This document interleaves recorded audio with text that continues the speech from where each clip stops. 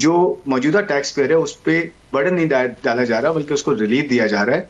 और जो कि टैक्स में नहीं है उसके ऊपर टैक्स लगा है। जो टैक्स का टारगेट है इसमें जो ग्रोथ है वो 17% है तकरीबन। और अगर आप ऑर्गेनिक ग्रोथ देखें या ये देखें कि जी किस तरह से नेचुरल ग्रोथ होती है। नेचुरल ग्रोथ से मेरी मुराद ये है कि किसी भी इकोनॉमी में दो ग्रोथ की शरह होती हैं।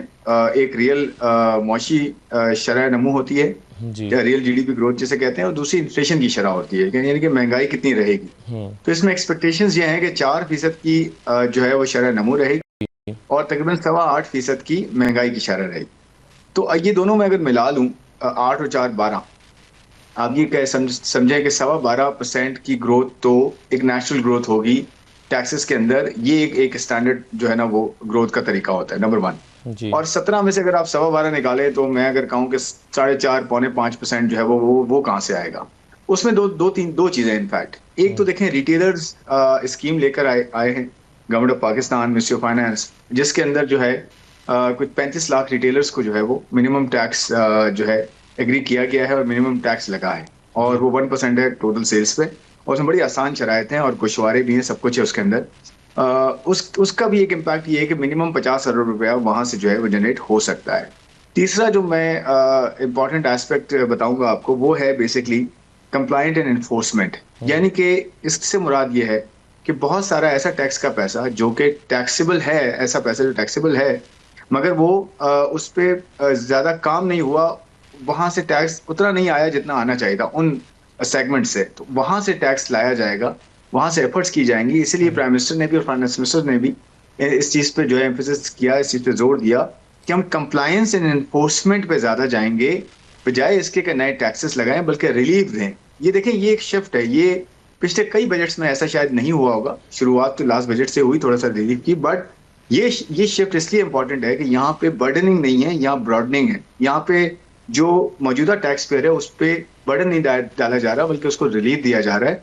और जो कि टैक्स में नहीं है उसके ऊपर टैक्स लगा है। और मजीद जो है कंप्लायंस और इन्फोर्समेंट की जाएगी।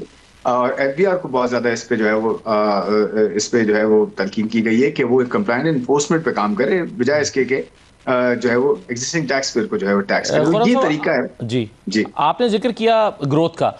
अब ग्रोथ के हवाले से हम देख रहे हैं कि 2023 से लेकर अब तक स्टेबिलिटी की कोशिश की जा रही है। पहले माइनस में चली गई, फिर 1.8, 2.8, 3.7, इस तरह से हम ग्रोथ के इस दायरे में चल रहे हैं। लेकिन कहा जाता है कि आपको अगर ग्रोथ चाहिए 5.5-6%, तो ज़ाहिर है बेरोजगारी का खात्मा भी तभी होगा जब 5.5% या 5% से कम ज़्यादा की ग्रोथ हो।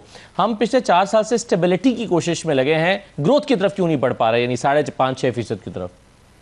देखिए, मैं 2 साल कहूंगा, क्योंकि उससे पिछले 1.5 साल या 1 साल था वो तो था ही आपका, वो तो आपका अप एंड डाउन था ना पूरा। उसमें तो हुआ ये कि आपका second highest current account deficit था $17.5 अरब का जी। 2022 में, जब आप 5%, 5.5% ग्रो कर रहे थे या 5.6 ग्रो कर रहे थे। लेकिन आप देखें ना, वो ग्रोथ 18 में भी यही था कि वो ग्रोथ का इशू यही था कि आपकी वो ग्रोथ पायदार ही नहीं थी। वो आपने कर्जे लेके खर्च करके और जो है वो ग्रोथ लेकर आए थे, जिसकी वजह से आपके दो बड़े डेफिसिट, दो बड़े खसारे थे। आपने खसारे, यानी कि मैं इस तरह से अगर ग्रो करूं कि जी अपने अपने बच्चों को या खुद मैं क्रेडिट कार्ड पे गाड़ियां ले लूं, घर ले लूं और कंजम्पशन करता रहूं, शॉपिंगें करता रहूं, सही। वो कर्जे में पूरे ना कर सकूं, तो मैं इवेंचुअली अपेरेंटली तो बड़ा जबरदस्त खुशहाल नजर आऊंगा कि जी गाड़ियां भी हैं, घर भी हैं और सारे मेरे पास हर दुनिया की हर चीज है, बट वो क्रेडिट कार्ड पे होगी। तो इसलिए इवेंचुअली मुझे वो पे करने के लिए कहीं ना कहीं जनरेट करना पड़ेगा। तो वो तो 22 का आपको पता है क्या हाल हुआ था, उसको मैं रिपीट नहीं करना चाहता। तो आपका फिस्कल डेफिसिट, यानी कि जो खर्चों का और आमदन का जो खसारा था वो 8% था, हिस्ट्री का हाईएस्ट था। आज वो खसारा 1% भी नहीं है, 1% से भी कम है। दूसरा खसारा बड़ा मैंने बता दिया, $17.5 अरब, जो आज आपके पास 50 करोड़ डॉलर भी नहीं है, जो उस वक्त जो है वो $17 अरब था। तो वो भी कम हो गया आपका। इसके बावजूद की कीमतें कहाँ गई हैं ऑयल की, इसके बावजूद कि जंग हुई है, इसके बावजूद कि दुनिया में उसका इम्पैक्ट पड़ा है आपकी स्टेबिलिटी की वजह से। बेसिक हाइजीन है ना स्टेबिलिटी, जो फाइनेंस मिनिस्टर भी कहते हैं, जी। स्टेबल होने की वजह से इतना बड़ा शॉक आप झेल गए। जबकि इंडिया ले लें, दूसरी कंट्रीज ले लें, इतने इतने मैसिव रिजर्व्स हैं उनके, फॉरेक्स रिजर्व जर मुबादला 700-700 अरब डॉलर है, हमारे पास तो 17-18 अरब डॉलर है मुश्किल से। फिर भी हमने झेल लिया और वहां पे लाइनें लगी हैं, वहां पे उस तरह से वो मैनेज नहीं कर पाए। और करेंसी देखें उनकी रिकॉर्ड लो पे चली गई है। जो इंडियन रुपी है, और भी बहुत सारे कंट्रीज है जिनको ये हिट पड़ी है। बट मैं कहना चाह रहा हूँ कि स्टेबिलिटी बहुत इंपॉर्टेंट है। 2 साल से जो की गई है, अब जाके ग्रोथ शुरू हो गई है, और पिछले साल से शुरू हुई है। 4.25% आपने किया है। एक्सपेक्टेशंस ये कि 4 तो इसलिए रखा गया है कि ये जंग अगर कंटिन्यू करती है, और जंग अल्लाह का शुक्र है रुकवा दी है पाकिस्तान ने, और फैसला हो गया और जुमे को ये साइन होने जा रहा है, तो इसकी वजह से तो ये जो ग्रोथ है ना, इसमें इजाफा मुझे लगता है कि हो सकता है इससे ऊपर हो जाए ग्रोथ, 4% से भी बेहतर हो जाए, और इन्फ्लेशन इससे नीचे आ जाए। तो आपका होगा ये कि आपकी ये जो एक्सपोर्ट्स पे आपने मुराद दे दी है, ये बहुत बड़ी चीजें हैं। एक्सपोर्ट्स पे आपको इतनी मुराद नहीं थी, जिसमें फाइनेंसिंग आपकी 4.5% पे, मार्केट में रेट्स 12% चल रहा है, आपके एक्सपोर्ट पे सुपर टैक्स उड़ा दिया है, आपके आधा टैक्स, टर्नओवर टैक्स आधा कर दिया है। तो देखिए, ये सारी चीजें इसलिए कि सनतों को मौका मिले, आम आदमी को रोजगार मिले। तो ये ओवरऑल बजट का एक पूरा नैरेटिव जो है ना, actual factual fact based narrative है। बिल्कुल ठीक है सर। अब आपने जंग की बात की है, मैं चाहूंगा कि मैं जरा मेहताब हैदर साहब से ये राय लेके फिर मैं आपके सामने भी यही सवाल रखूं कि पेट्रोल का जो मामला है, इसमें मेहताब हैदर साहब, जब 28 फरवरी को जंग शुरू हुई है तो पाकिस्तान में तकरीबन 252 रुपये का लीटर पेट्रोल था, और उस वक्त आलमी मंडी में तकरीबन 70-71 रुपये का एक बैरल चल रहा था। अब कीमतें काफ़ी कम हुई हैं और 80 और 85 के दरमियान में इस वक्त लाई कर रही हैं।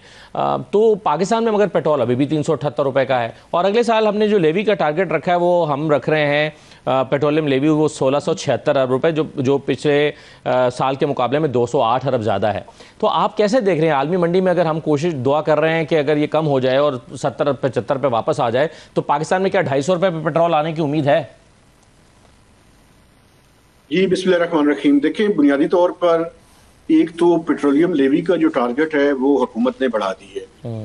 तो पहले ऑन एवरेज जो है वो कोई 80 रुपए पर लीटर, यानी पेट्रोल और डीजल दोनों पे वसूल की जा रही थी ऑन एवरेज।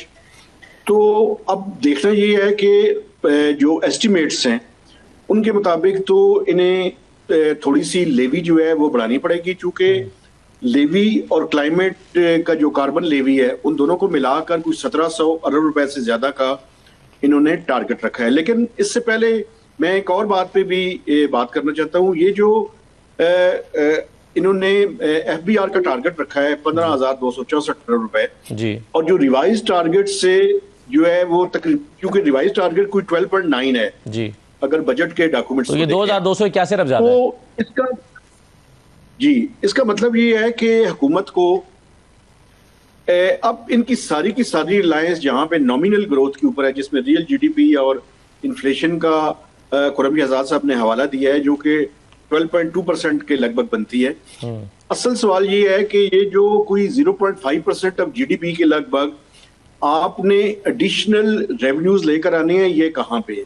चूंकि हुकूमत इस बात का एतराफ तो नहीं कर रही, ना फिगर्स पूरी तरह से बताए हैं, लेकिन जो रिलीफ अभी तक बजट के अंदर और टैक्स रिलीफ नजर आ रहा है, उसकी अमाउंट कोई तकरीबन 360 अरब रुपए बनती है। तो ये रिलीफ अब ज्यादा से ज्यादा कंप्लायंस पे और इन्फोर्समेंट पे इनकी रिलायंस है कि उसके जरिए ये टैक्स को मैक्सिमाइज करेंगे। अब IMF जो है वो इस पे सवाल डेफिनेटली उठाएगा, लेकिन ये तो हुकूमत जो है वो उसने उन्हें सेटिस्फाई करना है। लेकिन ये जो FBR का टारगेट है ये मुझे एम्बिशियस नजर आ रहा है।